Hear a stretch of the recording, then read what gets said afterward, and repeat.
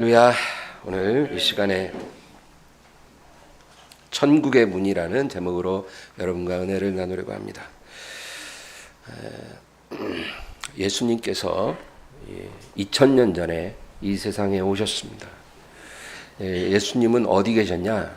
우리나라가 아니고 저 이스라엘 땅에 오셨습니다. 예수님이 그곳에 계실 때 많은 일을 행하셨습니다. 하루는 한 여자가 예수님께 와서 이와 같이 말을 합니다. 당신을 뵌 태와 당신을 먹인 젖이 복이 있나이다. 굉장히 좋은 말이죠. 그죠? 당신의 어머니가 복이 있다는 거예요. 당신 같은 아들을 낳은 어머니는 복 있는 여자입니다. 그래서 오늘날 가톨릭 교회는 이 복 있는 여자에게 가서 기도를 하죠. 근데 예수님께서 뭐라고 대답하시냐면 오히려 하나님의 말씀을 듣고 지키는 자가 복이 있다. 여러분 이거 굉장히 중요합니다. 여러분 이 지구상에 지금 80억 이상이 살아요. 그 중에 절반은 여자죠. 그죠? 그리고 역사 이래로 얼마나 많은 여자들이 있었겠어요. 근데 그 여자들 중에 제일 복 있는 여자가 누구예요?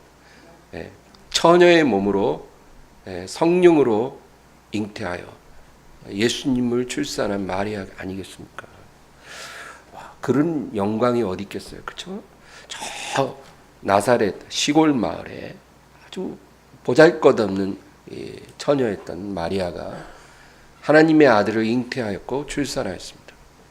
그래서 예수님이 성장할 때까지 마리아가 예수님을 길렀어요. 근데 이 마리아보다도 더 복 있는 자가 누구냐? 하나님의 말씀을 듣고 지키는 자가 더 복 있다는 거예요. 여러분 마리아를 부러워할 필요가 없다는 거예요. 특히 여성분들.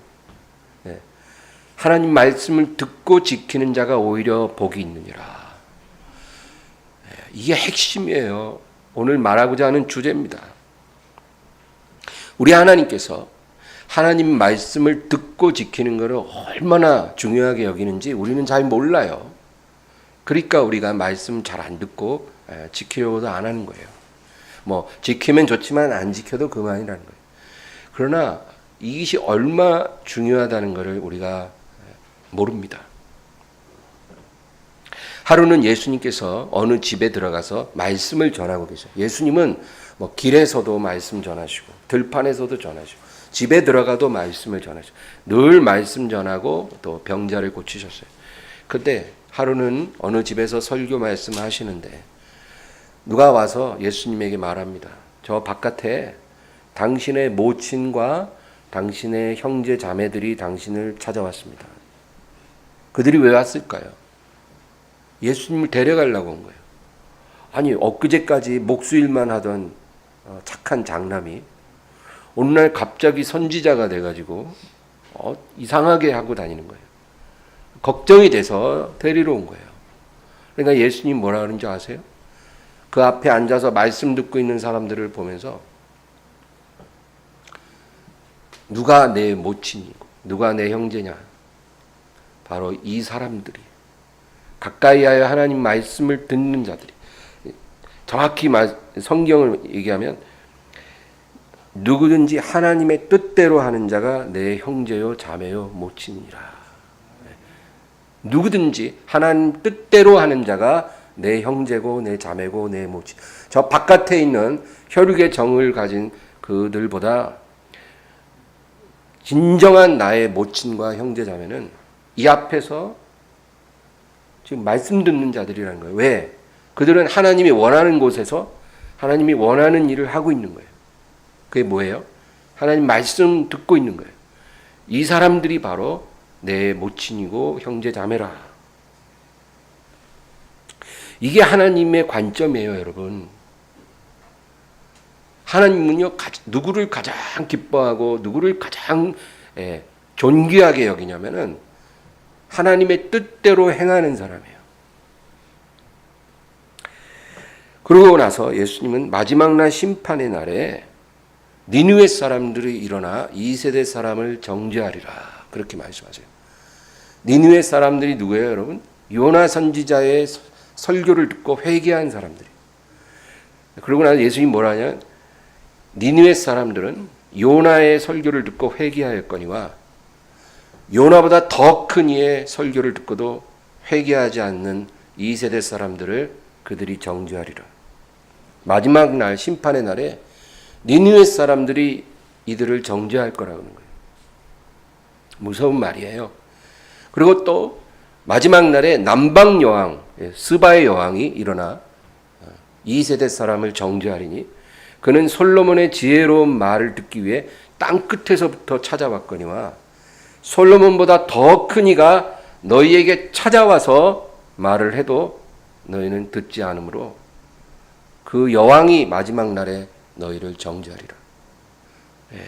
여러분 이게 하나님의 마음이에요.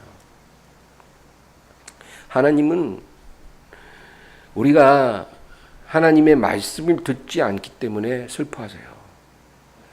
말씀을 모르니까 말씀을 중요하게 여기지 않으니까 하나님의 뜻이 뭔지 몰라요. 그냥 정신없이 살아요. 매일매일. 하나님의 뜻이 뭔지도 모르고 그냥 살아요. 그러니까 어떻게 해요? 하나님이 원하는 대로 살지 못하는 거예요. 하나님 그걸 너무나 슬퍼한다는 겁니다. 주님께서는 여러 번 말씀하셔요. 하나님 말씀에 대한 우리의 태도가 하나님에 대한 우리의 태도로 여긴다는 거예요. 하나님 말씀을 대하는 우리의 태도가 바로 하나님을 대하는 태도예요. 그게 하나님의 기준입니다. 그래서 우리가 이 세상 사는 동안 하나님 말씀에 어떻게 반응했는가? 우리가 이 세상 평생을 살잖아요. 50년을 사는 사람도 있고 70년, 90년을 살기도 합니다. 그 동안 우리가 하나님의 말씀을 들을 기회가 많이 있었어요. 성경을 통해서 듣고 또 설교를 통해 듣고 그렇죠? 여러 모양으로 하나님 말씀을 들을 거 아닙니까? 거기에 우리가 어떻게 반응하고 어떻게 응답했는가? 그것이 마지막 날 심판의 기준이 되리라는 거예요.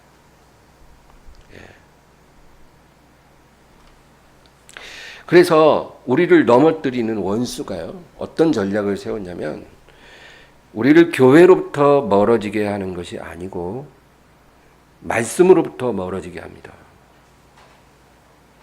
교회를 다니지만 말씀을 가까이 하지 않아요. 교회는 다니는데 성경을 전혀 안 읽어요. 설교를 시간에는 그냥 스마트폰 보는 시간이에요. 그 시간은. 이런 식으로 우리가 교회를 다니면서도 내가 믿고 있다라고 믿게 만드는 거예요. 그게 원수의 전략입니다. 여러분 우리가 하나님 말씀을 그렇게 대하면 우리는 믿는 게 아닙니다.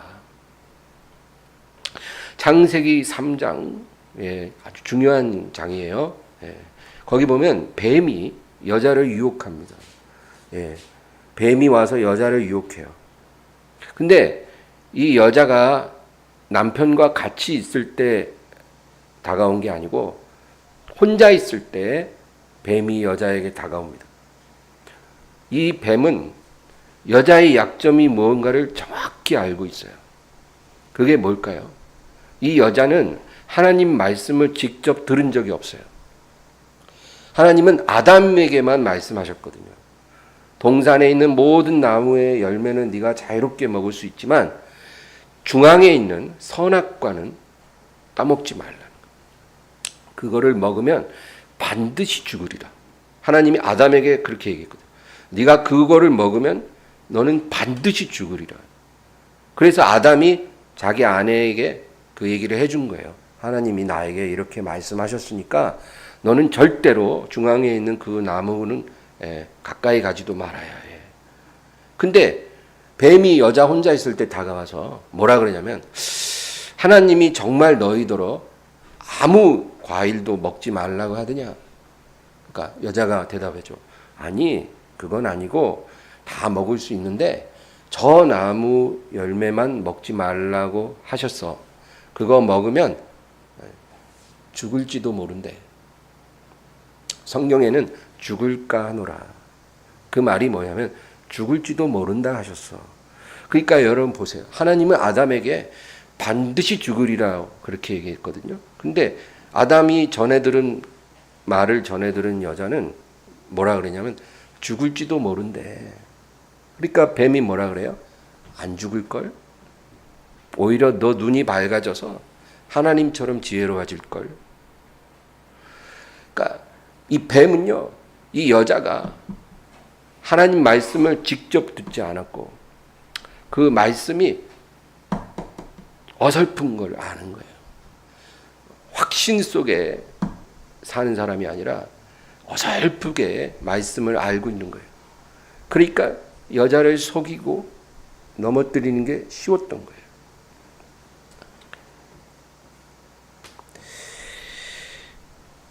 오늘날 하나님 자녀에게 가장 치열한 전투는요, 생존 경쟁이 아닙니다.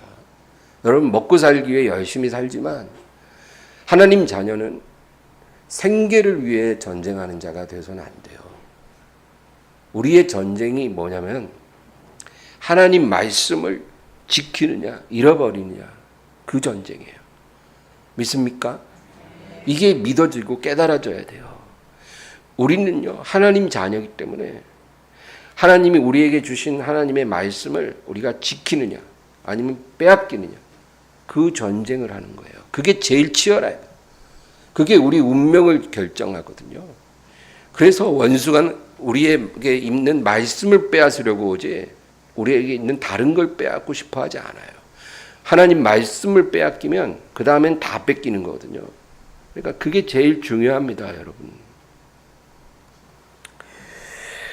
동방 박사들이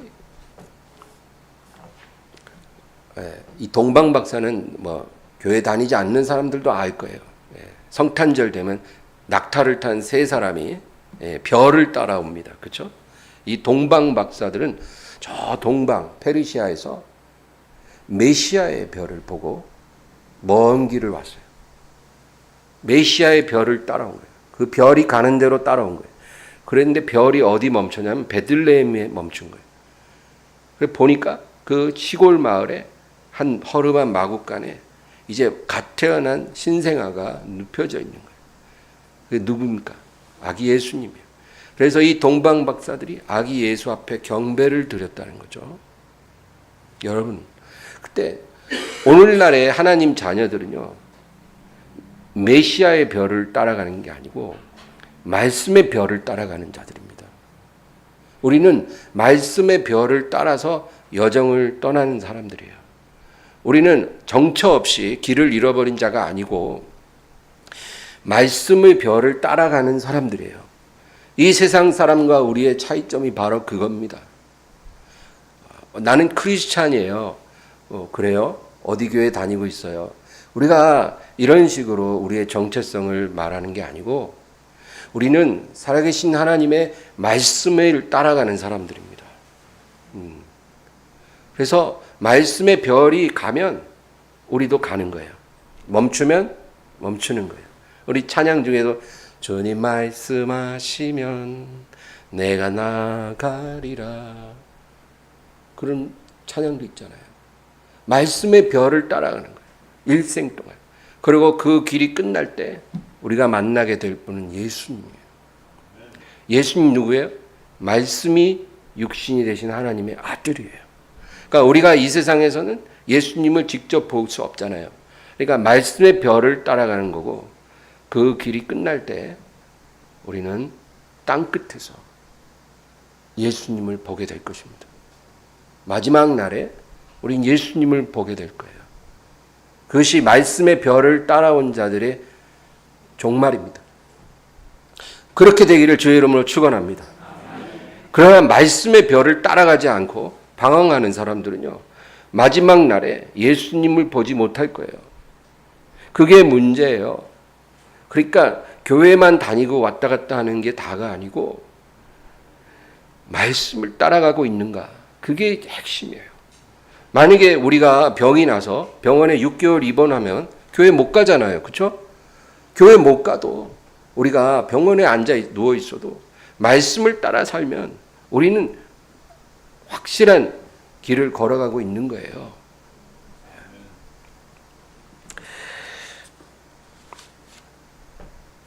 베드로후서 1장 19절 읽겠습니다. 또 우리에게는 더 확실한 예언이 있어 어두운 데를 비추는 등불과 같으니 날이 새어 샛별이 너희 마음에 떠오르기까지 너희가 이것을 주의하는 것이 옳으니라.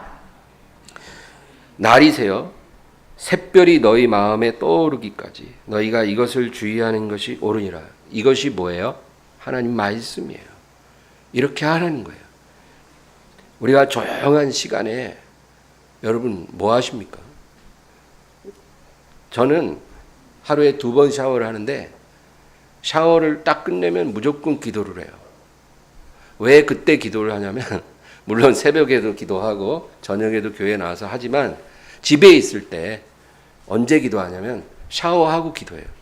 그때가 제 마음과 몸이 제일 편안할 때, 제일 맑을 때, 그때 엉뚱한 짓 하고 싶지 않아요. 전 그때 기도하고 성경 읽습니다. 네. 여러분, 우리도 그렇게 매일 살아야 합니다. 가장 조용한 시간에 기도하고 말씀을 묵상하라는 거예요. 그래서 동틀 때 떠오르는 새벽별처럼 이 말씀에 깨달아지고 내 안에서 빛날 때까지 그 말씀을 묵상하라는 거예요. 그냥 생각 없이 한 페이지 읽고 딱 덮어버리고 그렇게 하지 말고 새벽별이 밝아올 때까지, 말씀이 깨달아질 때까지, 그 빛이 비춰질 때까지 말씀을 묵상하라는 거예요. 만약에 우리가 매일 이렇게 살아가고 있으면 여러분, 우리는 말씀의 별을 잘 따라가고 있는 거예요. 예, 우리가 매일 그렇게 묵상하는데 기쁨이 있다면 우리는 말씀의 별을 지금 잘 따라서 전진하고 있는 거예요. 그렇게 되시기를 바랍니다. 그런 사람들이 마지막 날 예수님 앞에 동방박사들처럼 기뻐하며 경배를 드리게 될 거예요. 우리가 어떤 신기한 기적을 보거나 어떤 체험을 해서 믿음을 가질 수 있죠. 그렇죠? 네. 기적을 체험하는 사람들이 있어요. 또 병이 낫거나, 그렇죠? 네. 어떤 기적이 일어나는 거예요. 또 꿈을 꾸거나 환상을 보거나 어떤 소리를 들은 사람들이 있어요. 우리가 이런 걸로 믿음을 갖게 되면 그 믿음은 절대 오래가지 못합니다. 그런 것이 믿음은 줘요. 아, 정말 하나님 살아계신가 봐. 정말 예수님이 나를 위해 죽으신 것 같아. 예. 우리 어머니가 그랬어요. 처음에 이제 제가 전도를 해서 이제 나이 많으신 때 교회를 나오셨어요.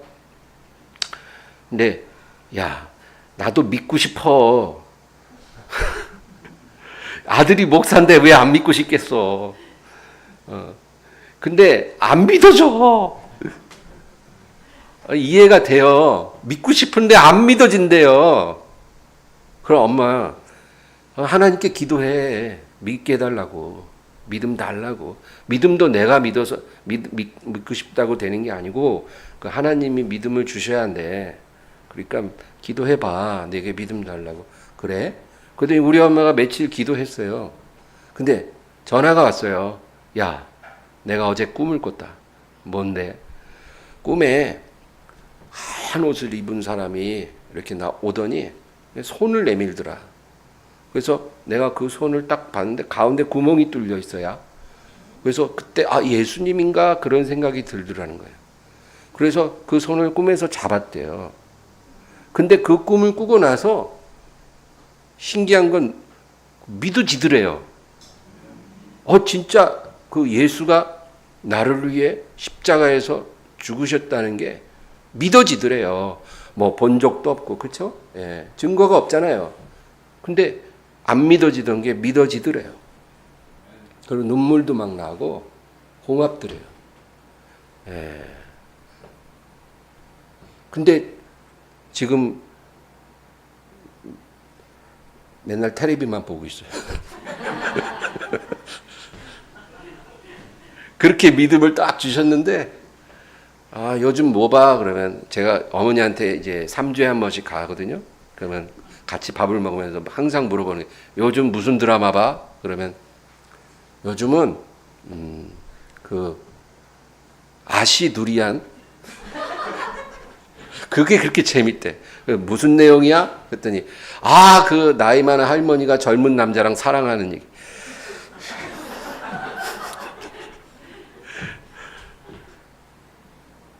기도해야지. 기도 뭐해? 성경 안 봐? 그런데 보지. 근데 드라마가 더 재밌대요. 근데 여러분, 제가 왜 이 얘기를 하냐면은, 우리가 어떤 체험을 해서 믿음을 갖게 되면 그 믿음이 오래 가지 않는다는 거예요. 성냥불 같아요. 성냥불 켜면 확 타다가 금방 꺼지죠. 그렇죠? 예. 체험을 통한 믿음이 그래요. 오래 안 가요. 근데 이 체험도 쓸모가 있어요.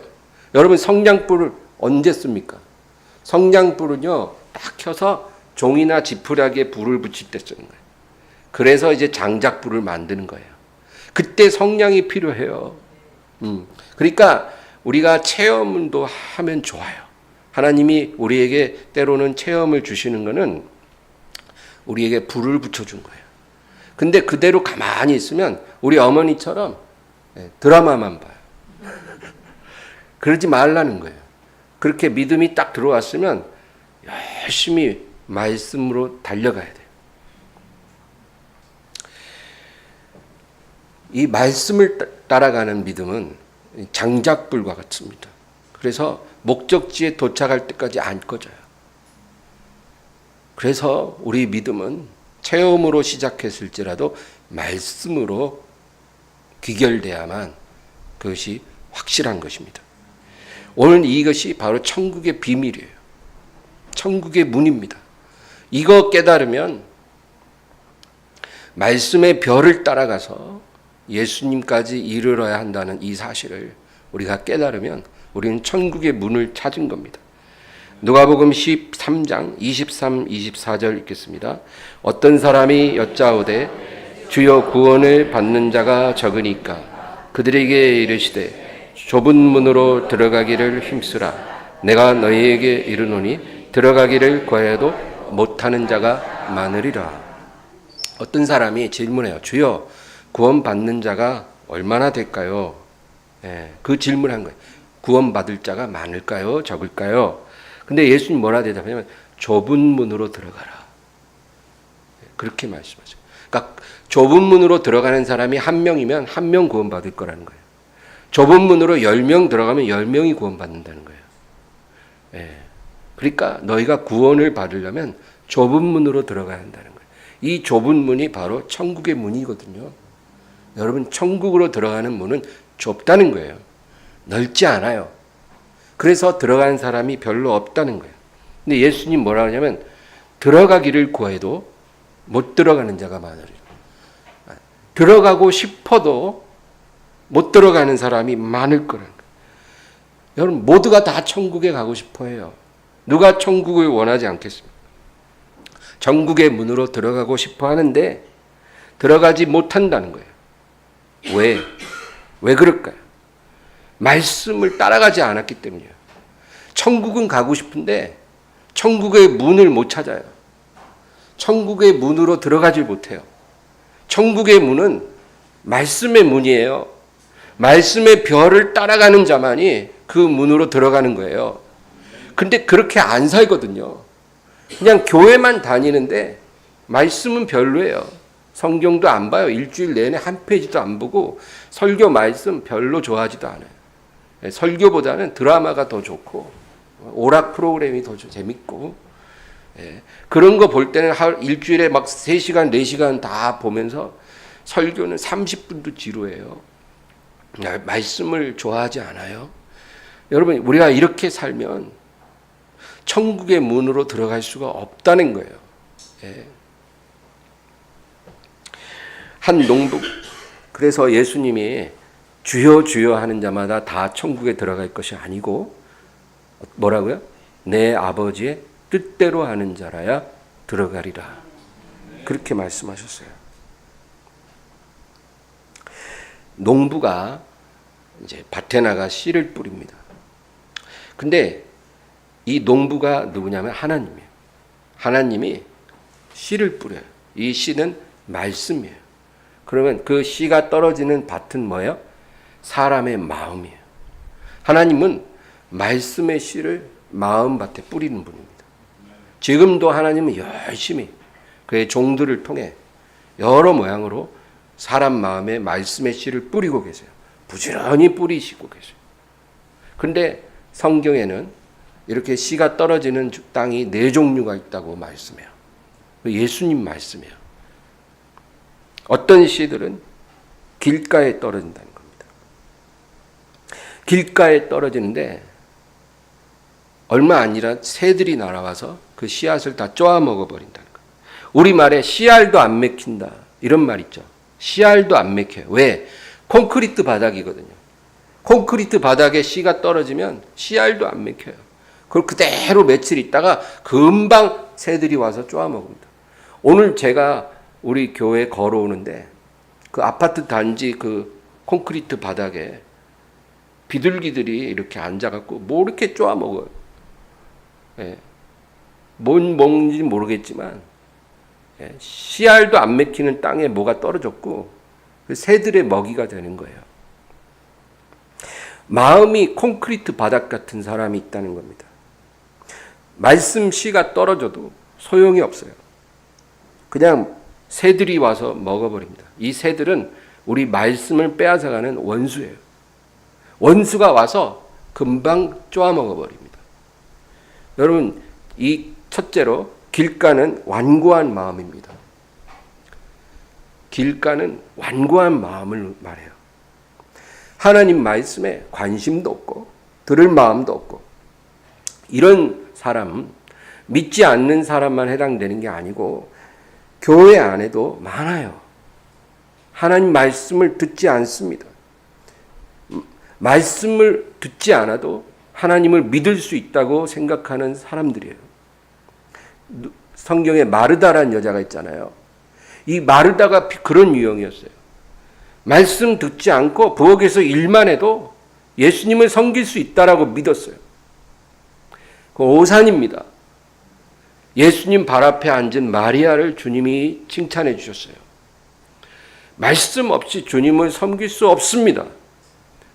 주님을 믿을 수 없어요. 여러분, 만약에 나는 체력이 약하고 건강이 약해서 시간도 너무 부족한 사람이라 한 가지밖에 못해요. 그러면 그냥 아무것도 하지 말고 말씀만 집중하세요. 그러면 구원 받습니다. 축복 받습니다. 근데 그거 안 하고 다른 거 열일을 해도 하나님이 인정 안 해줍니다. 그 사람. 이게 천국의 비밀이에요. 히브리서 3장 7절 8절 읽겠습니다. 그러므로 성령이 이르신 바와 같이 오늘 너희가 그의 음성을 듣거든 광야에서 시험하던 날에 거역하던 것과 같이 너희 마음을 완고하게 하지 말라. 너희 마음을 완고하게 만들지 말라는 거예요. 하나님 말씀이 들리도록 귀 막지 말고 귀를 열으라는 거예요. 귀를 열어라. 너희가 귀를 열어야 한다는 거예요. 그리고 들은 말씀에 반응하라는 거예요. 말씀을 들었으면 반응을 해야 돼요. 순종을 하든 순종을 하지 않든 반응을 해야 된다는 거예요. 두 번째는 돌밭입니다. 여러분, 돌밭은 약한 마음입니다. 약한 마음. 그래서 마태복음 13장 20절 21절 다 같이 읽겠습니다. 돌밭에 뿌려졌다는 것은 말씀을 듣고 즉시 기쁨으로 받되 그 속에 뿌리가 없어 잠시 견디다가 말씀으로 말미암아 환난이나 박해가 일어날 때에는 곧 넘어지는 자요. 이 돌밭의 문제는 흙이 너무 부족하다는 거예요. 흙이 있는데 그냥 살짝 덮여 있는 그런 땅이에요. 흙이 너무 부족해서 뿌리를 내릴 수 있는 그런 흙이 부족해요. 그러면 어떻게 돼요? 햇빛이 나면 그냥 말라버리는 겁니다. 여러분, 하나님 말씀이 우리 마음에 들어오면 그 말씀을 품을 수 있는 그 강한 마음이 있어야 돼요. 강한 마음. 그러니까 용기가 있어야 된다. 마음이 굳세야 돼요. 심지가 견고한 자를 평강으로 지키시리라 그러잖아요. 심지가 견고해야 말씀이 들어왔을 때 그게 보존이 되는데, 마음이 너무 약한 사람들이 있어요. 겁이 너무 많은 사람들이 있어요. 그런 사람들은 그 받은 말씀을 잃어버립니다. 기쁨으로 받지만 말씀으로 말미암아 환난이나 박해가 일어나면 곧 넘어지는 거예요. 왜 말씀으로 말미암아 환난이나 박해가 옵니까? 우리에게 말씀이 딱 들어온 거를 원수가 알면 그거 뺏으러 오거든요. 공격이 시작되거든요. 그러면 바로 겁먹어 버리는 거예요. 안 좋은 일이 생기면 내가 교회 가서 이런 일이 생겼나? 내가 하나님 섬기니까 이런 일이 생기나? 겁먹어 버려요. 그래서 그냥 주저앉는 거예요. 겁이 너무 많으면 말씀이 뿌리를 내릴 수가 없습니다. 이런 사람들을 제가 종종 볼 때 너무나 안타까워요. 시련이 오면 앞으로 계속 나아가야 되는데 나가질 못하고 있는 거예요. 제가 대신 해주고 싶어도 해줄 수가 없어요. 자라다만 아이를 보는 부모 마음이에요. 아이가 초등학교 6학년에서 성장이 딱 멈추면 그 부모 마음이 어떻겠어요? 에스더라는 여자가 있잖아요. 이 에스더가 만약에 소심하고 겁 많은 여자였으면 아무 일도 안 일어났을 거예요. 이스라엘 백성은 구원받지 못했을 거예요. 근데 이 에스더가 뭐라 그래요? 죽으면 죽으리이다. 그렇게 고백하고 왕에게 나아갔잖아요. 이게 보통 사람은 할 수 없거든요. 규례를 어기고 이제 왕후가 된 지 얼마 되지도 않았는데, 부르지도 않았는데 나간다는 거는 목숨 거는 거예요, 진짜로. 그래야 하나님이 일하시는 겁니다. 여러분, 약한 마음은 열매를 못 맺어요. 강한 마음이 있어야 합니다. 교회 다니지 않는 사람이 이번 주일날 교회 가야지, 그렇게 여러분 하면요, 꼭 토요일이나 주일 아침에 뭔 일 납니다. 제가 목회하면서 한두 번 본 게 아니에요. 여러분도 전도해보면 알아요. 야, 안 믿는 친구 잘 얘기해서 이번 주일날 나랑 같이 교회 갈까? 그러면 꼭 토요일 저녁이나 주일 아침 전화 옵니다. 우리 부모님이 쓰러지셨대. 애가 교통사고 났대. 아니면 어제 저녁부터 장염이 와갖고 죽을 맛이야. 오늘 못 갈 것 같아. 미안해. 다음 주에 가자. 항상 그래요. 여러분, 그게 우연일까요? 어떤 사람이 오랫동안 기도회에 안 나갔어요. 이제 이번 주부터 기도회에 나가야지, 그렇게 결심하면 꼭 먼 일 생깁니다. 그래서 다음 주에 나가야 되겠다. 근데 결국 어렵죠. 술 좋아하는 사람이 오늘부터 금주를 딱 결심해요. 이제 끊으리라. 그런데 꼭 저녁에 오랜 친구한테 전화 옵니다. 야, 뭐하냐? 만나자. 꼭 술 끊으면 친한 친구한테 전화 옵니다. 그러면 오늘까지만 마시고 내일부터 끊어야지. 이런 식이에요. 여러분, 이런 일이 우연히 일어나는 게 아닙니다. 그래서 우리가 말씀의 열매를 맺으려면 마음이, 심지가 견고해야 돼요. 세 번째, 가시밭은 더러운 마음입니다. 땅은 비옥하지만 그 땅에 잡초와 가시덩굴이 가득한 땅입니다. 씨를 뿌려도 자라지 못하죠. 누가복음 8장 14절 읽겠습니다. 가시떨기에 떨어졌다는 것은 말씀을 들은 자이나 지내는 중 이생의 염려와 재물과 향락의 기운이 막혀 온전히 결실하지 못하는 자요. 말씀을 들었으나 이생의 염려와 재물과 향락의 기운이 막히는 자입니다. 이런 것들이 하나님의 말씀을 짓눌러서 말씀이 소멸되어 버립니다. 이런 욕심이 너무 많으면 말씀이 들어와도 그것을 순종할 마음이 나질 않아요. 욕심이 있기 때문에. 여러분, 어떤 사람이 지금 불륜에 빠졌어요. 그러면 애인이 있다는 거예요. 부정한 애인이 있어요. 너무 좋아. 근데 교회에 왔더니 목사님이 정결한 삶을 살라는 거예요. 그러면 어떻게 해요? 그 애인하고 헤어져야죠. 근데 지금 너무 좋거든. 일주일에 막 5번 만나거든. 그거 어떻게 해요? 교회 가기 싫어지는 거예요. 지금 욕심이 너무 불타면 말씀을 다 태워버려요. 그 불이. 이런 사람이 바로 가시밭. 가시밭은 더러운 마음. 마지막 4번째, 좋은 땅이 있습니다. 좋은 땅은 정직한 마음입니다. 누가복음 8장 15절 읽겠습니다. 좋은 땅에 있다는 것은 착하고 좋은 마음으로 말씀을 듣고 지키어 인내로 결실하는 자니라. 여기서 착하고 좋은 마음이 중요합니다. 착하고 좋은 마음. 영어 성경에 보면 honest and good heart예요. honest and good heart. 그러니까 이 honest 무슨 뜻인지 알죠? 정직하다는 뜻이잖아요. 그러니까 정직한 마음이에요. 좋은 땅은 정직한 마음.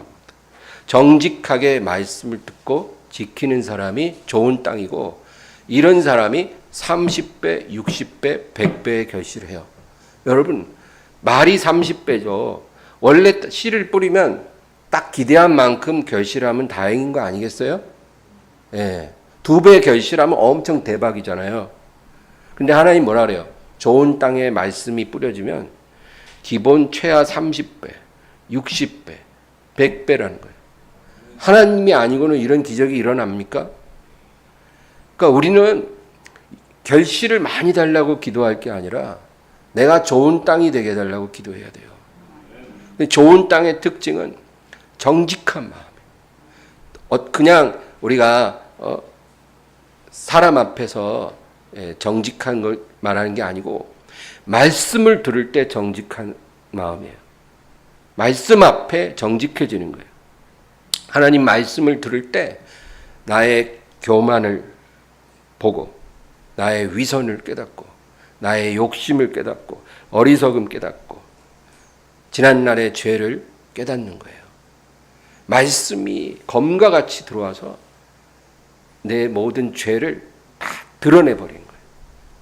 여러분, 히브리서 4장 12절 13절을 다 같이 읽습니다. 하나님 말씀은 살아있고 활력이 있어 좌우의 나에선 어떤 검보다도 예리하여 혼과 영과 및 관절과 골수를 찔러 쪼개기까지 하며 또 마음의 생각과 뜻을 판단하나니 지으신 것이 하나도 그 앞에 나타나지 않음이 없고 우리의 결산을 받으실 이의 눈앞에 만물이 벌거벗은 것 같이 드러나느니라. 하나님 말씀이 뭐와 같아요? 좌우에 나선 예리한 검과 같대요. 말씀이 예리한 검이래요. 그래서 우리에게 들어옵니다. 검으로. 그래서 듣는 이의 영과 혼과 관절과 골수를 찔러 쪼개고 마음의 생각과 뜻을 판단한다. 그러니까 다 드러낸다. 예, 여러분 수박 잘라보셨죠? 잘 드는 칼로 수박을 확 찔러요. 그리고 쪼개요. 그래갖고 딱 열어보면 얼마나 잘 익었는지 다 보이잖아요. 예. 하나님 말씀이 우리에게 검과 같이 들어와서 우리를 찔러 쪼개서 속에 있는 마음의 생각과 뜻을 다 판단하고 드러낸다. 그게 하나님 말씀의 능력이라는 거예요. 벌거벗은 것처럼 속살을 다 드러내는 거예요. 우리의 결산을 받으시의 눈앞에 우리의 속에 있는 것, 벌거벗은 것처럼 속살을 다 드러내버린 거예요. 그래서 하나님 말씀을 듣고 마음이 찔리고 괴로운 거는 좋은 일이에요, 여러분. 괴로워하지 마시고 그냥 감사하세요. 마음이 애리고 아파도 좋은 거예요. 그래야 우리가 고침을 받아요. 그래야 변화를 받아요. 그렇게 돼야 축복이 오는 거예요. 말씀을 들어도 그런 아픔이 없으면 변화도 축복도 아무것도 없어요. 그래서 우리가 그런 아픔을 받아들이고 말씀 앞에 정직하게 되면 그게 바로 좋은 땅인 거고 30배, 60배, 100배가 된다 그 얘기입니다. 오늘 우리는 마태복음 13장 11절 12절을 본문으로 읽었잖아요. 그거 다시 읽어보고 설교를 마무리하려고 해요. 우리 다 같이 읽겠습니다. 대답하여 이르시되 천국의 비밀을 아는 것이 너희에게는 허락되었으나 그들에게는 아니 되었나니 무릇 있는 자는 받아 넉넉하게 되되 없는 자는 그 있는 것도 빼앗기리라. 이 말씀은 이제 예수님이 이 씨 뿌리는 비유를 말씀하시니까 제자들이 와서 주여 그것을 좀 자세히 가르쳐 주세요. 그 네 가지 종류의 땅이 그 무슨 의미입니까? 그러니까 예수님이 뭐라고 대답하냐면 천국의 비밀을 아는 것이 너에게는 허락되었지만 다른 사람에게는 아니 되었다는 거예요. 그러니까 이게 무슨 말이에요? 이 네 종류의 땅이 무슨 의미인지, 그리고 너는 이 네 종류의 땅 중에 어떤 땅인지, 너는 어떤 마음을 갖고 있는지 네가 이 비유의 말씀에 통해서 깨달았다면 너는 천국의 비밀을 아는 것이 허락된 사람이야. 복이 있다는 거예요. 그러나 이 비유를 듣고도 이게 뭘 말하는지, 그리고 나는 이 네 가지 종류의 땅 중에 어느 땅에 해당되는지, 내 마음은 어떤 마음인지를 못 깨닫는다면 너에게는 천국의 비밀이 허락되지 않은 거야. 그래서 12절에 무릇 있는 자는 받아 넉넉하게 되되 없는 자는 그 있는 것도 빼앗기리라. 여러분, 말씀으로 나아오세요. 그리고 그 말씀이 깨달아질 때까지, 새벽별이 떠올라서 밝아질 때까지 그 말씀을 사모하세요. 그리고 그 말씀을 따라가세요. 그리고 순종하세요. 그것이 천국의 길이고 천국의 문이고 천국의 비밀이에요. 이런 사람이 30배, 60배, 100배 결실합니다. 우리가 이렇게 살지 않으면 우리가 갖고 있는 것도 빼앗겨요. 그 작은 믿음도 사라집니다. 원수가 가만 안 둬요. 그거를 뺏어가 버립니다. 선택해야 돼요. 어느 길로 갈지 선택하십시오. 저와 여러분이 다 승리하기를 바랍니다. 네. 하나님 아버지, 오늘도 감사드립니다. 이 예배 가운데 우리가 하나님께 나아가오니 하나님의 말씀이 우리의 인도하는 별이 되어 주시고 우리 일평생 이 별을 따라가는 저희들이 되게 하소서.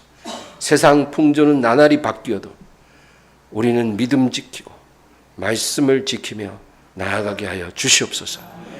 예수님의 이름으로 기도합니다. 아멘. 찬양 드리고 기도합니다.